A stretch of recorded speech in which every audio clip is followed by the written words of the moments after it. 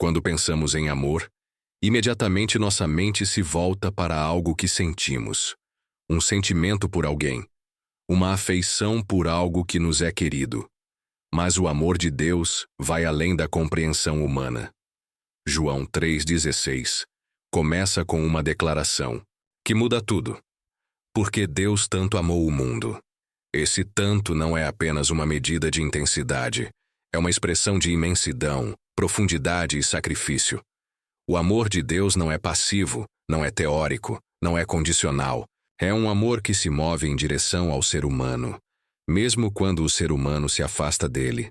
Esse é um amor sem limites, sem fronteiras e sem reservas. Um amor que não depende da nossa performance, mas que flui da essência do próprio Deus. Porque Deus é amor. 1 João 4,8. Mesmo sabendo de todas as nossas falhas, das nossas quedas, da nossa rebeldia, Ele decidiu nos amar. Ele não amou um mundo perfeito. Ele amou um mundo quebrado. Um mundo que o rejeita, que vive em pecado, mas que mesmo assim está no centro do seu coração. Esse amor é tão grandioso que não se limita a palavras. Deus demonstrou esse amor de maneira concreta, visível e radical. O amor de Deus não se contenta em ficar em silêncio. Ele age, ele se entrega, ele se doa. É por isso que esse versículo começa com: porque Deus tanto amou, porque tudo o que vem depois é fruto desse amor. A salvação, a entrega de Jesus, a vida eterna. Tudo começa no coração amoroso do Pai. Talvez hoje você esteja se sentindo esquecido, rejeitado ou desvalorizado. Mas ouça essa verdade. Você é amado por Deus com um amor que não se mede, não se compra, não se perde. É um amor que está acima de qualquer outro que você já conheceu.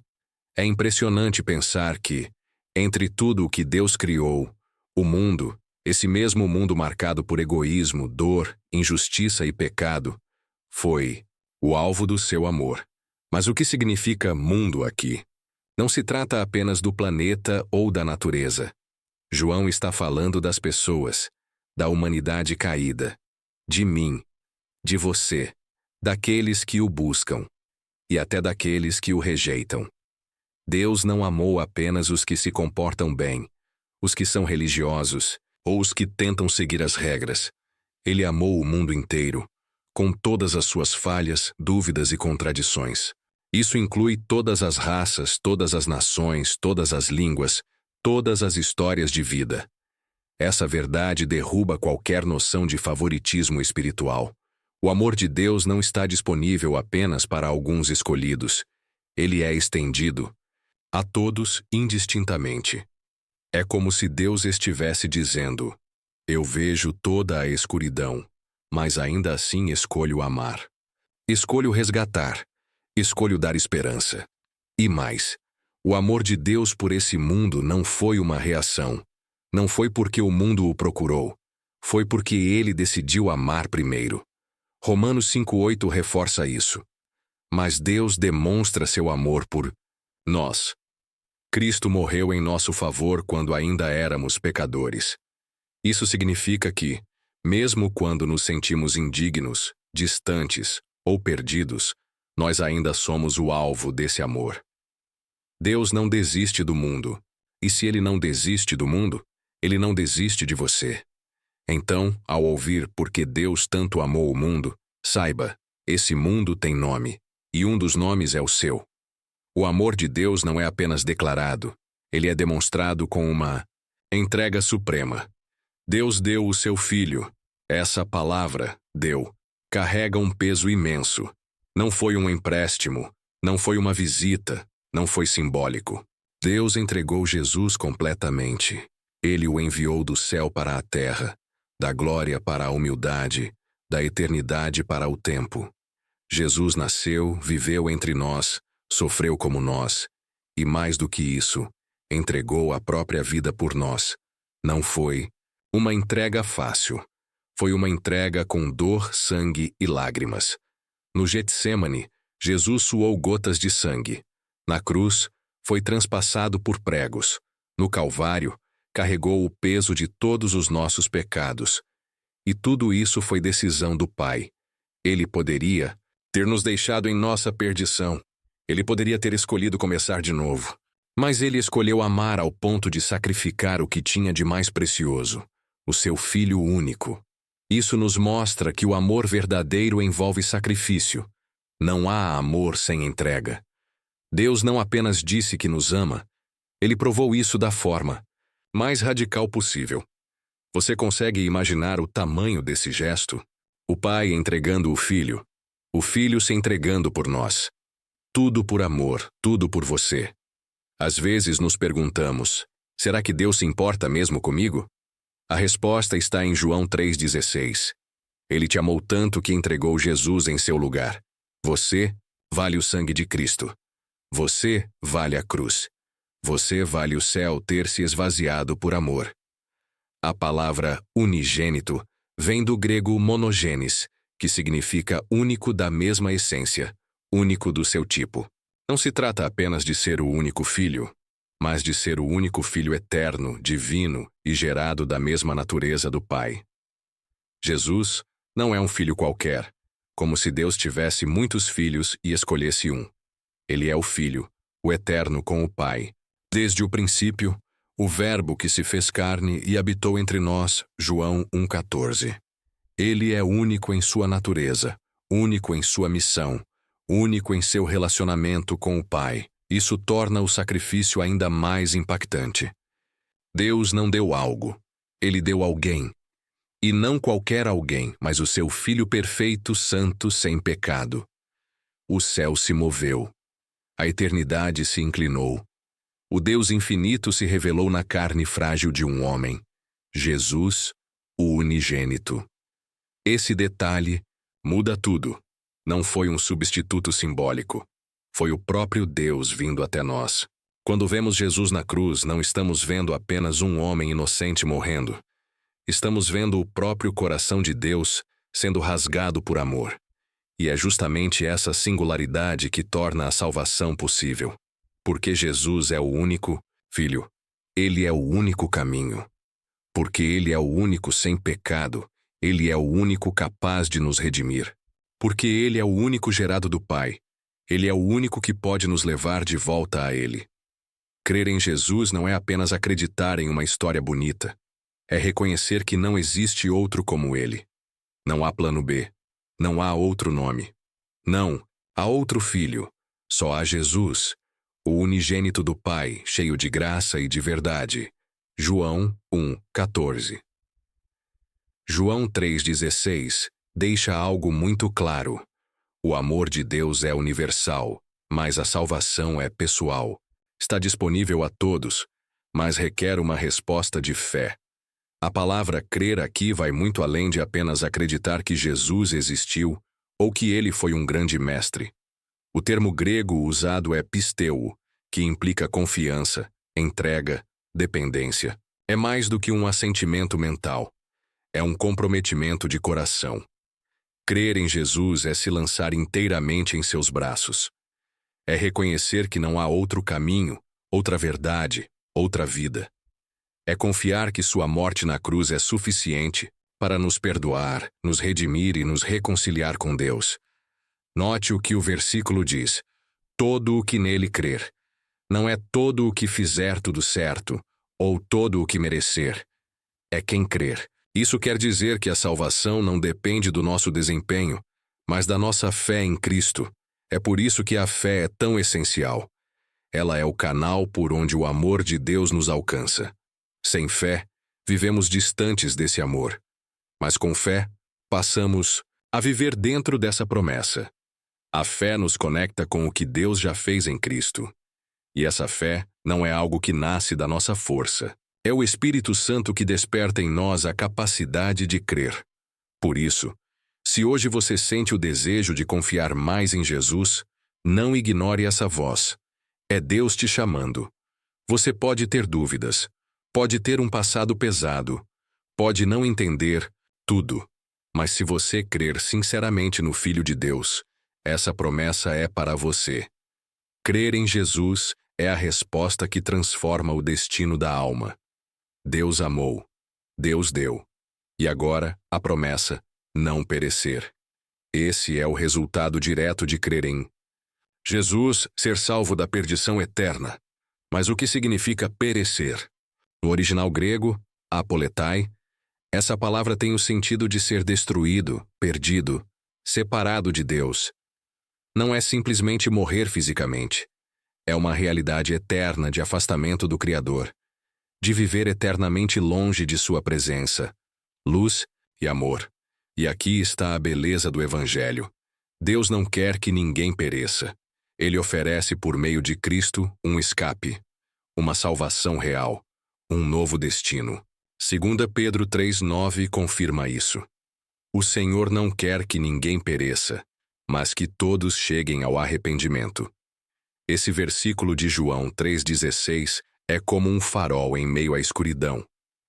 Ele aponta para o caminho da salvação e diz: se você crer, você não vai se perder. Você não vai ser condenado, você será salvo.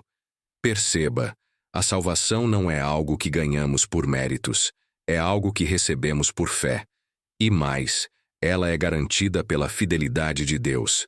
Quem crê não está mais debaixo de condenação. Quem crê não precisa mais temer o juízo. Quem crê tem a promessa viva: não perecerá. Essa promessa não é incerta. Não depende de como você se sente, mas de quem Deus é. Ele prometeu e Ele cumpre. Se hoje você está em Cristo, essa é sua certeza. Você não vai perecer, porque Jesus já carregou sua condenação na cruz. Você está salvo, está seguro, está selado pelas promessas eternas de Deus. João 3,16 nos mostra dois destinos opostos. De um lado, perecer, a condenação eterna, a separação definitiva de Deus. Do outro, vida eterna, a comunhão plena, perfeita e contínua com o Pai. Esse contraste é como uma bifurcação diante da alma humana. E tudo se decide com base em uma única coisa: crer ou não crer em Jesus. Mas o que é essa vida eterna? Vida eterna não é apenas viver para sempre. Não é uma existência infinita no tempo. É um tipo de vida, uma qualidade de vida, que começa agora e se consuma na eternidade. Jesus mesmo disse em João 17,3: e a vida eterna é esta, que te conheçam, a ti, o único Deus verdadeiro, e a Jesus Cristo, a quem enviaste. Ou seja, vida eterna é conhecer a Deus de maneira íntima, viva, pessoal. É viver com o coração ancorado na eternidade, mesmo enquanto caminhamos por este mundo. E quando essa vida eterna se manifesta plenamente, ela nos livra da morte eterna e nos garante um futuro glorioso na presença de Deus, onde não haverá mais dor, tristeza ou separação. Esse é o presente de Deus para quem crê. Em vez de perdição, salvação. Em vez de medo, esperança. Em vez de condenação, vida. Vida abundante, vida eterna. Deus nos oferece esse dom gratuitamente, mas com um valor infinito: o sangue do seu Filho. Então hoje, se você já crê em Jesus, viva com os olhos na eternidade. Você não está à beira do abismo. Você está debaixo da promessa. Você tem a vida eterna. Se há algo absolutamente claro nesta passagem, é isto: foi Deus quem tomou a iniciativa.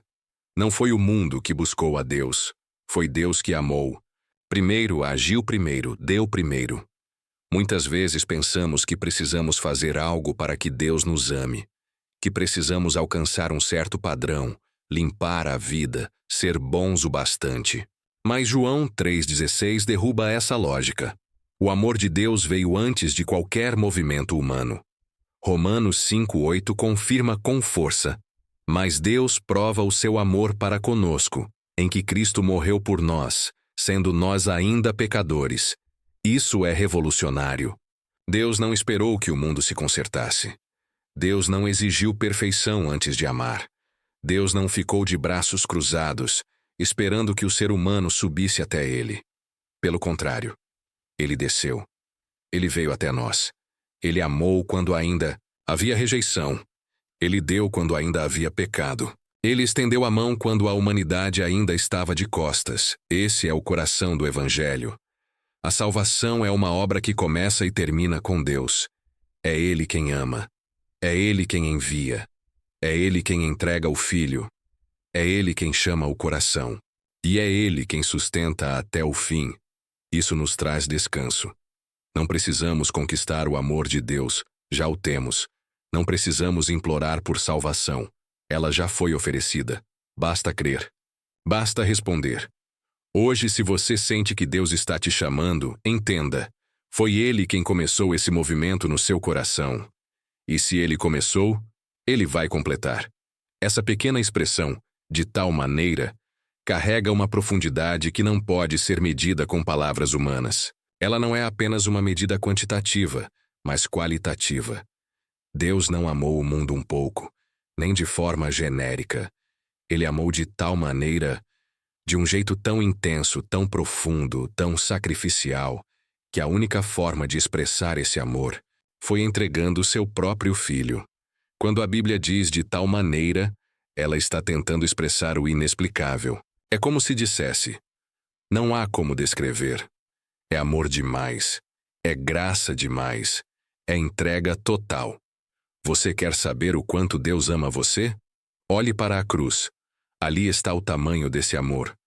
Ali está o de tal maneira revelado em carne e sangue, em dor e redenção. Não foi um amor condicional. Não foi um amor superficial. Não foi um amor emocional e passageiro. Foi amor eterno, amor imenso, amor que desceu até a nossa miséria para nos levantar. Esse de tal maneira não muda com o tempo. Não depende do seu comportamento. Não diminui com seus erros. É constante, é firme, é inabalável. Sabe aquela sensação de não ser digno de amor? Deus olha para você e diz: eu te amei de tal maneira que entreguei o meu filho. Você não precisa merecer. Você só precisa receber. João 3,16 termina com uma expressão poderosa e inclusiva. Todo aquele que nele crê, não importa sua cor, sua origem, seu passado, sua cultura ou o que você já tenha feito. A salvação está aberta para todo ser humano que decidir confiar em Jesus. Esse todo aquele é um convite aberto e eterno. Deus não faz acepção de pessoas. Atos 10:34. Ele oferece amor, perdão e vida nova a todos, sem exceção. Evangelho rompe barreiras, quebra preconceitos, derruba muros de distância, abre as portas para quem foi rejeitado, esquecido ou marginalizado. Você pode estar se sentindo indigno, perdido ou distante de Deus, mas saiba, se você crer, a promessa é sua, não há restrição, não há exclusão, não há lista de espera. Todo aquele que crê é uma porta aberta para que você entre e receba a vida eterna. Essa verdade é libertadora. O amor de Deus é maior que seus erros, sua dor e suas dúvidas. Portanto, não importa quem você é ou onde esteja, Deus está chamando você hoje para uma vida transformada. Receba essa graça. Confie em Jesus. E viva o presente e a eternidade na presença do Pai. Pai amado, eu te louvo e te agradeço pelo teu amor imensurável e infinito.